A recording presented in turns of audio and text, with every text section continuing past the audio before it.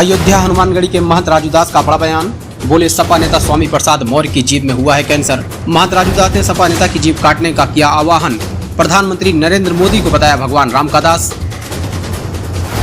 देश के कई हजार साधु संत के आशीर्वाद से, मोदी जी तो देश के एक सामान्य सेवक हैं, दास हैं, तो सेवक की भांति वो आ रहे हैं और प्राण प्रतिष्ठा 22 जनवरी को होना है।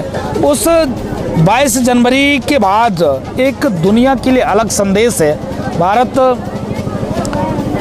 राम राज्य, जो राम राज्य की परिकल्पना बाबा साहब भीमराव अंबेडकर हों, चाहे राष्ट्रपिता महात्मा गांधी हो, चाहे जो भी मार्गदर्शक पथ प्रदर्शक जो भी चाहते हैं कि भारत आगे बढ़े। भारत एक सनातन राष्ट्र है, किसी एक ये भूमि का टुकड़ा नहीं है, ये एक सनातन राष्ट्र है। यहाँ पर ऋषि मुनि महात्मा, यहाँ पर सभी धर्म सभी कौम सभी मजहब के लोग खूब आनंद पूर्वक रहते हैं। बाकी देशों में तो नाम ले लोगे तो सर धड़ से अलग हो जाता है, यहाँ तो सब एक साथ रहते हैं। तो भारत हिंदू राष्ट्र की ओर अग्रसर, राम राज की ओर अग्रसर। 2024 में जो राम को लाए हम उनको लाएंगे, जो कृष्ण जी की मंदिर को ठीक करेंगे। अब तो अयोध्या तो हो गया, अयोध्या तो झांकी, मथुरा काशी बाकी। जो भगवान कृष्ण का मंदिर बनवाएगा हम उसको लाएंगे।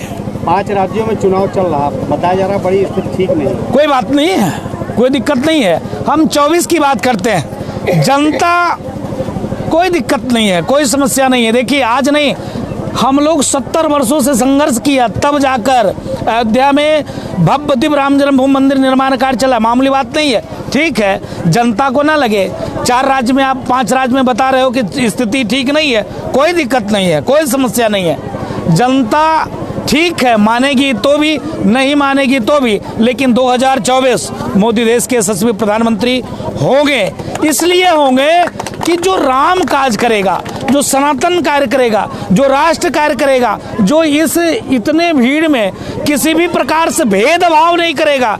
एक ही देश में नेता है मोदी, उत्तर प्रदेश में एक ही नेता है योगी जी, किसी भी प्रकार से भेदभाव नहीं करते हैं। उनके शासनकाल में सबका कार्य, सबका काम, सबकी बात होती है। इसके नाते आप राम राज्य की बात कर रहे हैं, यहाँ स्वामी प्रसाद जी रामचरितमानस पर ही उंगली उठाते रहे। तो इसलिए आप समझ सकते हैं कि जिसने राम का विरोध किया, समाजवादी पार्टी 6 चुनाव हार गई। क्यों हार गई?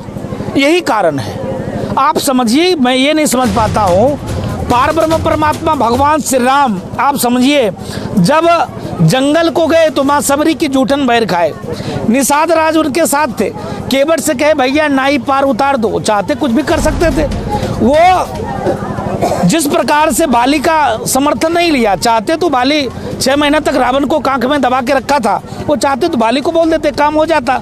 सुग्रीव का समर्थन लिया, इसलिए लिया कि सुग्रीव की पत्नी को बाली ने हरण कर लिया था, राज भी हरण कर लिया था। तो भगवान राम सबके हैं। और स्वामी प्रसाद जैसे काले में, मुझको लगता है स्वामी प्रसाद मौर्य के मुंह में कैंसर हो गया। कैंसर का एक ही इलाज है, मेरी बात को अन्यथा मत लेना, हम संविधान को मानते हैं, फिर भी मैं कह रहा हूँ कैंसर का एक इलाज, जिस अंग में हो गया उसको काट देना चाहिए। तो उसके जीभ में कैंसर हो गया और कुछ नहीं, उसके जीभ को काट देना चाहिए और कुछ भी नहीं, और कोई उपाय ही नहीं है। आप समझिए, रामचरितमानस फाड़ना, जलाना, प्रतिबंध करने की बात करना, और हिंदू मतलब आतंकवादी, ये शब्द का प्रयोग करना दुर्भाग्य की बात है। वो भी भारत जैसे देश में, हिंदू राष्ट्र में यह कहना, ये महापाप है और कुछ नहीं है। तो ऐसे लोगों के खिलाफ सख्त से सख्त मैं प्रशासन से निवेदन करूंगा, कार्रवाई होनी चाहिए। चैनल को लाइक करें, सब्सक्राइब करें और ज़्यादा से ज़्यादा वीडियो को शेयर करें। अब आप हमको दीजिए इजाज़त, फिर मिलते हैं किसी बड़ी खबर के साथ। तब तक के लिए अलविदा, जय हिंद।